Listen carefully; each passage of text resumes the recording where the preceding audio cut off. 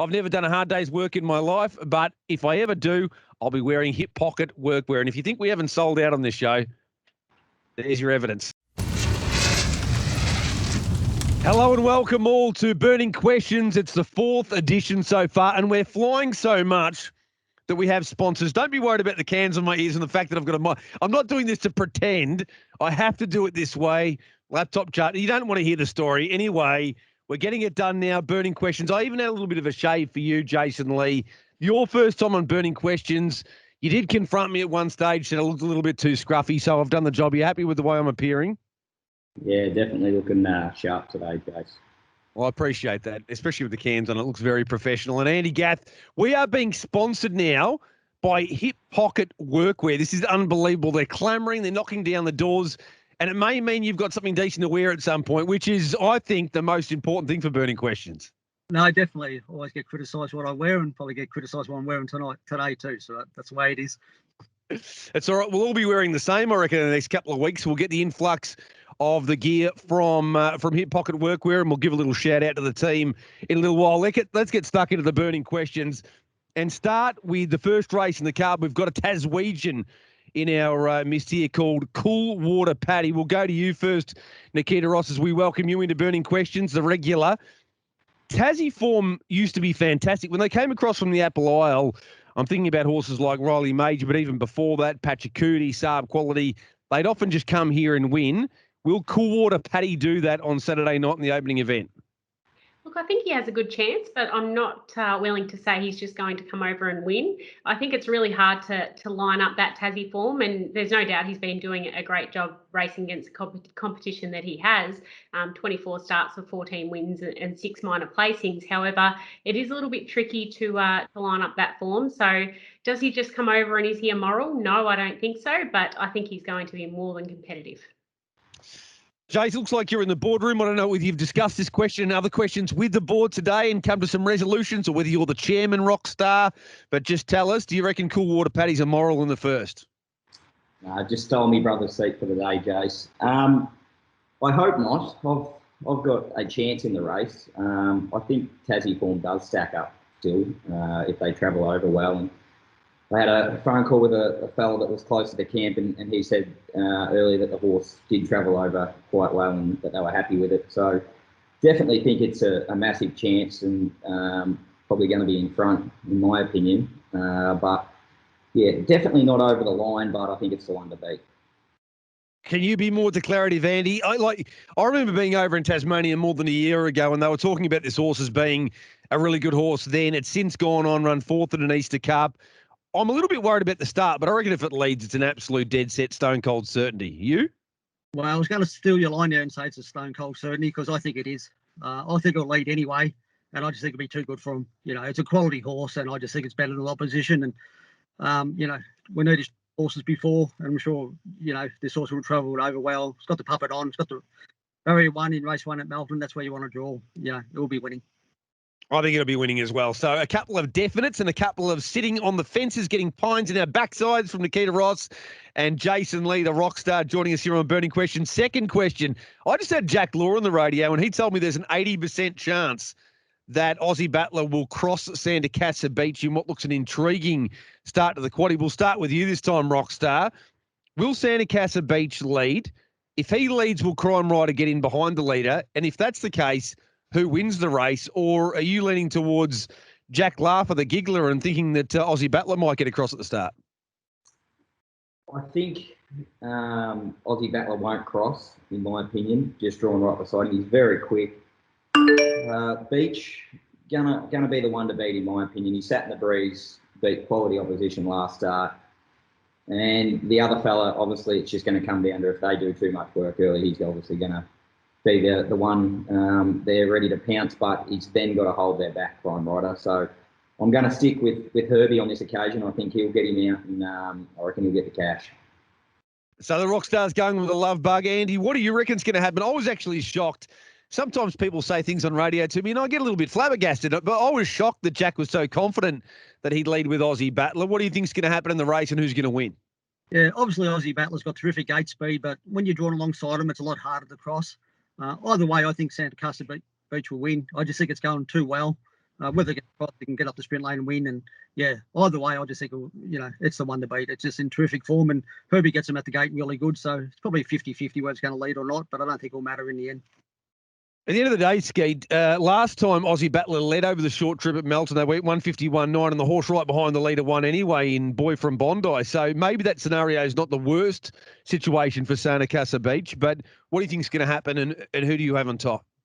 Yeah, I'm with Santa Casa Beach as well. I just think his 2 runs back this prep have just been really, really good. And I think even if Aussie Battler does cross him, which I'm probably in 2 minds still, I went back and watched a lot of replays, and there's no doubt that Aussie Battler has the superior gate speed, but drawn along next side, and I'll be interested to get Andy and Jason's thoughts on this, why it is so much more difficult to cross when you are drawn directly next to a horse rather than out wide. But I think it won't matter for Santa Casa Beach whether he is behind the leader or leading. I think he's the horse to beat. You just got to build. You're trying to build that momentum. If you've got that little gap, you can wind up. Yeah, Jason. If you're right next door, you've got to be a length and a half quicker than the one directly inside you. Yeah, definitely. As a driver, I'd be more confident if I'd drawn a little wider on Aussie Battler that I'd be getting across. Just the momentum you can gather as you come out of the arms, and then you can build across the face of the field rather than having to be right beside. Probably your potential one that's going to be holding you is much more difficult if you haven't got a gap between you. You did your best impression of a ventriloquist there for a moment, Jason. It was very, very impressive. Andy, similar situation. You'd agree with what the Rockstar's saying? Well, he's the only driver on this panel, so I have to agree with him. Yeah, well, that's true. Now, a word from our sponsors. There are more than 45 Hip Pocket stores across Australia using national buying power. Hip Pocket Workwear and Safety's locally owned stores have a unique place in the safety workwear, corporate clothing and protective equipment market. From the work site to the office, hospitality, healthcare, sports uniforms, corporate wear and embroidery, Hip Pocket Workwear and Safety have you covered. I've never done a hard day's work in my life, but if I ever do, I'll be wearing Hip Pocket Workwear. And if you think we haven't sold out on this show, there's your evidence. The third question on the burning questions, and we'll start with you, Nikkita Ross. Patsbeachstorm, he's just been moseying along 2 runs back from a break. Is he ready to explode this Saturday night? Yeah, I think so. I think he's shown improvement, Bond, from that first up run to that second up run, where his sectionals were really good.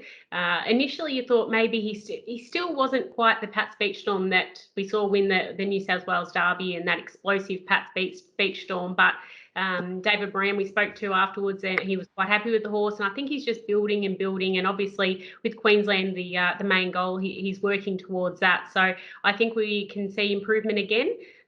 However, he does run into a few nice horses in this race. So again, I don't think he's just going to come out and win the race, but I think we can see further improvement once again. On the previous question, by the way, my response, Crime Rider's last 2 times he's trailed in races, he won a Heat of the Breeders' Crown, defeating Out to Play and Always Fast, and he won a regional racing free for all over Stroke of Luck. So I'm with Crime Rider going against the panel. Andy, we'll go to you now. Patsbeachstorm. It's a vibe thing, isn't it? I mean, there's no evidence to suggest he's going to come and blow this field away, but I don't know, I get that vibe third up from a break that this might be his time. He might improve significantly and really explode. Yeah, it's very tricky to analyse 3-year-olds that race against their own age group, and then next thing they're thrown against seasoned metro class horses. And maybe he's going his best. Who knows? Maybe just a step up in class is just too hard at this stage. Again, there was significant improvement from his first up run to his second up run. Again, it's a brutally hard field. He's a great horse. I'm sure he'll perform well, but, he's going to need things to go his way to be a winning hope. It's amazing. It's an up to 77 race with a couple of Group 1 winners involved, including Patsbeachstorm and Barroom Banter. Jemson's Pet's a Group 1 place getter. It's a hell of a race, Jace. What do you think? Is Patsbeachstorm, is this just his level at the moment, or is Sal Moran just kidding to us a little bit, and at some stage we're going to see that horse who won the New South Wales Derby again? I think, like Andy said, coming back now to the 3-year-olds, they're racing in metropolitan grade very fast. Like, this horse has only had 10 race starts. Obviously won in Group 1 company in a Derby as a 3-year-old, but it's a big step to ask 3-year-olds to then have to race, open sort of metropolitan horses that have done this and had, anywhere between 40, 50 starts. So I think he probably will be winning this week, in my opinion, but definitely just improving with each run. And I think Dave Moran might be setting him for something bigger. And and he knows that you can't be, spot on for every race. So he's just setting this horse for the big dance. He's done this before with Lochinvar, and he knows what he's doing. Very patient man, David Moran. I'm not declaring it'll happen, but I think we will see that big, significant improvement, and I think he is better than what we've seen in 2 runs back from a break. The final burning question on today's edition, who will be the next coach of the Collingwood Football Club? No.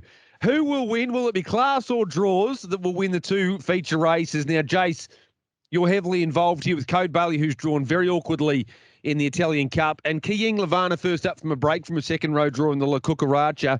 Will class come to the fore here? Will you be winning these races, or there's not a lot between them, and in fact draws will play the most significant role? Probably going to go with more hopeful than confident on class. I think the draws are going to play a big part.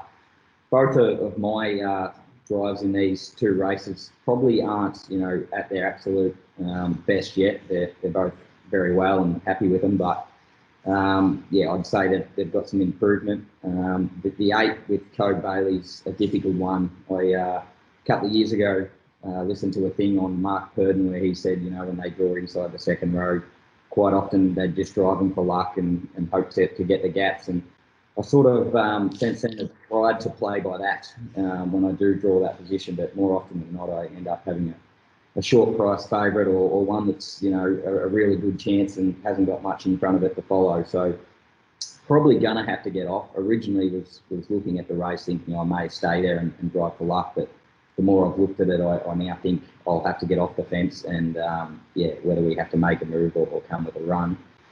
And, weigh that one up from there. And with the mare, she's obviously very well over the short, though, first up. Really good field. And he's got a couple of nice ones in it too. So, probably both going to have to be judged on tempo a bit, those 2. Not going to be able to give you too much there, Jase. Just quickly with Kiying Lavana, is she ready to roll, or is she going to derive big benefit from this first up run? She's ready to race, but I wouldn't say she's ready to be driven like a race car. So she's going to need the run still, and we're happy with her. And if things happen to go her way, I think she'll be running a really big race, but she'll need some luck. Your thoughts, Andy, because in the Coocaracha, a horse you know pretty well, and of course Coocaracha, another progeny winning last night, so that was Thursday in Webster Hall. But talk about the situation with Monaro Maro and Swiss Miss, because you can potentially win it both ways. If it becomes draw-based, maybe Swiss Miss is the big beneficiary. Monaro Maro is a high-quality mare, but it's so tough to win those mile races with trotters from out where she is. No, definitely. I think it's harder for the trotters to win from the second row over the 7 races. Saying that, obviously got 2 good chances. Swiss Miss has got really good gate speed, and she'll use it at the start. Whether she can cross Royal Charlotte and the ones inside of time will tell, but she does leave the gate pretty good, and be up to Karen whether she wants to hold it or not, depending what type of pressure she gets. But with both races, the quality is on the second row, but there is gate speed off the front row of both races, so it's going to bring the back row into the Italian Cup and the Trotters race as well. So again, all gets tempo related, but if I was betting in the race, I'd be backing the horses on the back row with both of them. Yeah, it just depends on price, doesn't it, Skeet? What do you make of it? Yeah, I tend to agree. I think both races I'm leaning towards a class being the upper hand, just because I think both will be run at a solid enough tempo that it will bring those horses in the back row, and we do have so many class runners off the back row as well. So I'm leaning towards class for both races. I reckon the class is going to come to the fore in the Italian Cup. I'm less confident in that La Coocaracha. I don't think there's enough between a Monaro Maro and Aldebaran Crescent and Norquay Swiss Miss. I've got a funny feeling luck's going to play a bigger role in the La Coocaracha than it will in the Italian Cup. Time for our best bets. Rockstar, lay it on us. Now, you've got a lot to live up to. The trainers and drivers have been absolutely massacring it, slaying it, so get it right. Yeah, I'm feeling a bit of pressure with this, Jason.